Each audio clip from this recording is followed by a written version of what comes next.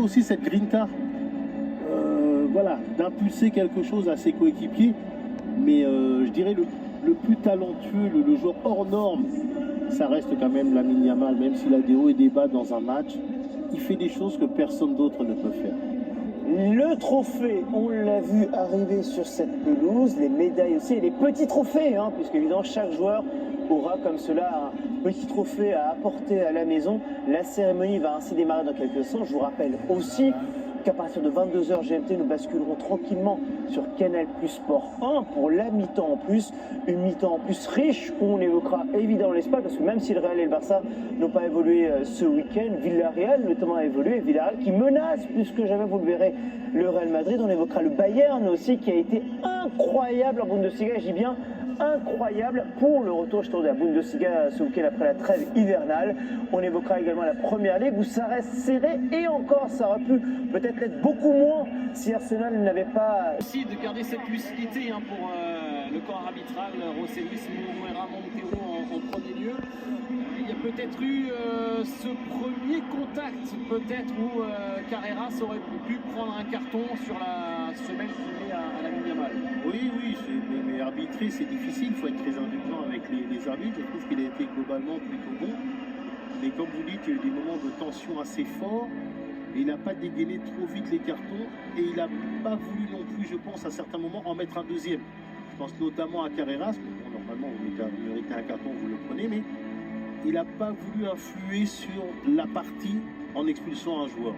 Surtout que maintenant avec l'arbitrage vidéo, il y a aussi parfois des arbitres qui ont un peu de mal à prendre leurs responsabilités. On a vu qu'il a sorti le rouge tout de suite pour Frenkie de Jong. On a vu derrière sur le ralenti, malgré les protestations du banc du Barça et de Frenkie de Jong qui avait bel et bien rouge, en tout cas faute grossière du capitaine du Barça. Donc vraiment il a tenu son match, on va dire, monsieur Moura Montero, alors que les joueurs du Real eux vont recevoir leur médaille. Kylian Mbappé, donc qui n'aura pas influé sur cette finale malgré sa présence. Il aura joué un quart d'heure et c'est peut-être une prise de risque un peu inconsidérée, on va dire, pour Xabi Alonso et le Real. Moi j'ai trouvé plutôt cohérent ce qu'ils faisaient, même si en première mi-temps ils ont joué avec un bloc bas, ils ont beaucoup défendu, défense à 5, un système nouveau. Mais sur le cas de Kylian Mbappé, je pense qu'il a eu tort. Je pense qu'il s'est un peu trompé parce qu'un joueur qui n'est pas rétabli ne peut pas apporter grand chose. Et on l'a vu quand il est rentré, Mbappé, peut-être qu'il y a eu du doute du côté de l'adversaire, en l'occurrence du Barça, mais ça n'a pas profité au Real Madrid. Et on a vu un peu à l'écran, il a l'air furieux Kylian Mbappé, mais on va dire que tous les voyants sont au vert pour le Barça. Et il va falloir, malgré tout, il y a une grosse déception, se remettre de ça et rester au contact notamment du Barça en Liga pour ce Real Madrid. Il y a 4 points de retard actuellement au classement. Le Barça leader, le Real est deuxième avec donc 4 points de retard. Dani Carvajal qui ne soulèvera pas un nouveau trophée, lui qui a fait son retour depuis le match, la demi-finale face à l'Atlético. Lui qui a déjà soulevé 26 trophées. Il me semble que c'est le record d'ailleurs du Real. 26 trophées donc pour Dani Carvajal. Mais ce compteur va rester bloqué parce que une nouvelle fois c'est le Barça qui remporte cette super coupe d'Espagne. Embrassade chaleureuse entre Hansi Flick et Joan Laporta, le président. Le Barça qui conserve son titre, ça n'était plus arrivé depuis le Barça de Pep Guardiola. Le Barça qui avait remporté 3 super coupes d'affilée, 2009, 2010, 2011. C'est la première fois qu'un club conserve son titre en super coupe depuis 2011, depuis ce FC Barcelone qui a, après avoir remporté les 4 classicos de la saison dernière et après la défaite en championnat fin octobre, eh bien, retrouve sa domination face à son ennemi du Real et Hansi Flick qui va donc empocher un 4e titre déjà, vu qu'il est arrivé la saison dernière. Alors même si ça n'a pas été une balade de santé ce soir pour le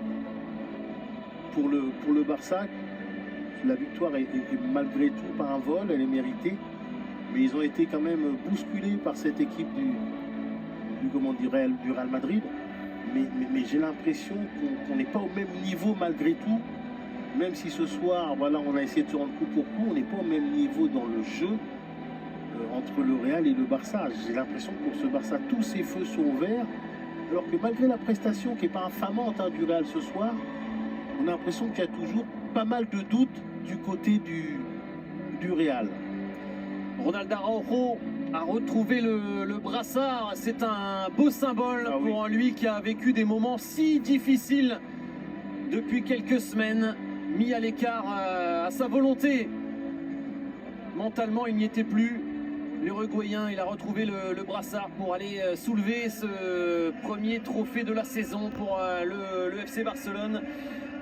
Hansi Flick avait dit avant le début de cette Super Coupe que gagner la saison dernière avait un petit peu donné l'élan pour la deuxième partie de saison. Ils avaient remporté le championnat, la Coupe du Roi. Après cette Super Coupe d'Espagne, ils veulent faire encore mieux sans doute cette saison. Demi-finaliste de la Ligue des Champions la saison dernière. Ce Barça est peut-être sur une magnifique lancée. Ronald Araujo qui soulève cette 16e Super Coupe d'Espagne pour le FC Barcelone qui étend son record.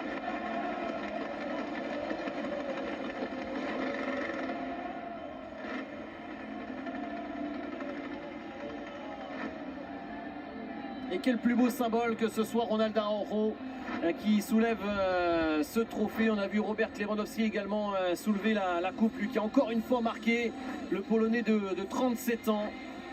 Le Barça qui remporte son premier titre de la saison et peut-être pas le dernier. Ouais, il y a des belles perspectives derrière eux, mais vous avez raison de noter la phrase d'Hansi Flick, c'est que ça nous avait mis dans des ça avait lancé la deuxième partie de saison et j'ai l'impression que ça va être la même chose cette saison. Les prochains jours nous donneront un élément de réponse. Le Barça qui va vite devoir se reconcentrer parce qu'il y aura un match dès jeudi qui sera là aussi un bon test face au leader de la deuxième division, le Racing Santander. Ce sera jeudi soir en huitième de finale de la Coupe d'Espagne. Et puis dimanche prochain, eh bien, il y aura ce déplacement sur la pelouse de la Real Sociedad pour maintenir l'état de forme du moment pour ce Barça, leader du championnat et donc vainqueur de la Super Coupe d'Espagne pour la 16e fois de son histoire. Et oui.